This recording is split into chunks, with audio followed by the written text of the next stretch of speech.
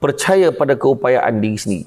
Aku boleh. Kenapa pula aku tak boleh? Macam kisah 3 ekor katak. 3 ekor katak jatuh dalam perigi. Ada seekor katak dekat atas yang tengah tunggu 3 ekor katak dalam perigi ni nak keluar. Katak pertama lompat.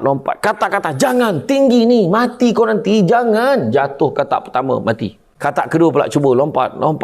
Katak kata, jangan, tinggi lah. Jatuh katak kedua pun mati. Sampai katak ketiga, jangan. Katak ni dah fed up lah. Katak yang kat atas tu, jangan, tinggi ni, ya Allah. Islam katak ni. Tinggi ni, jangan, mati kau nanti, jangan. Zap, lepas katak tu keluar. Macam mana katak ketiga tu boleh lepas? Sebab katak yang ketiga itu pekak. Katak tu pekak rupanya. Katak tu tak dengar. Dia cuma nampak katak yang atas tu macam ni je. Dia ingat apa? Tinggi lagi. Dia ingat macam tu. Tu sebab kita kena percaya. Jangan dengar cakap orang.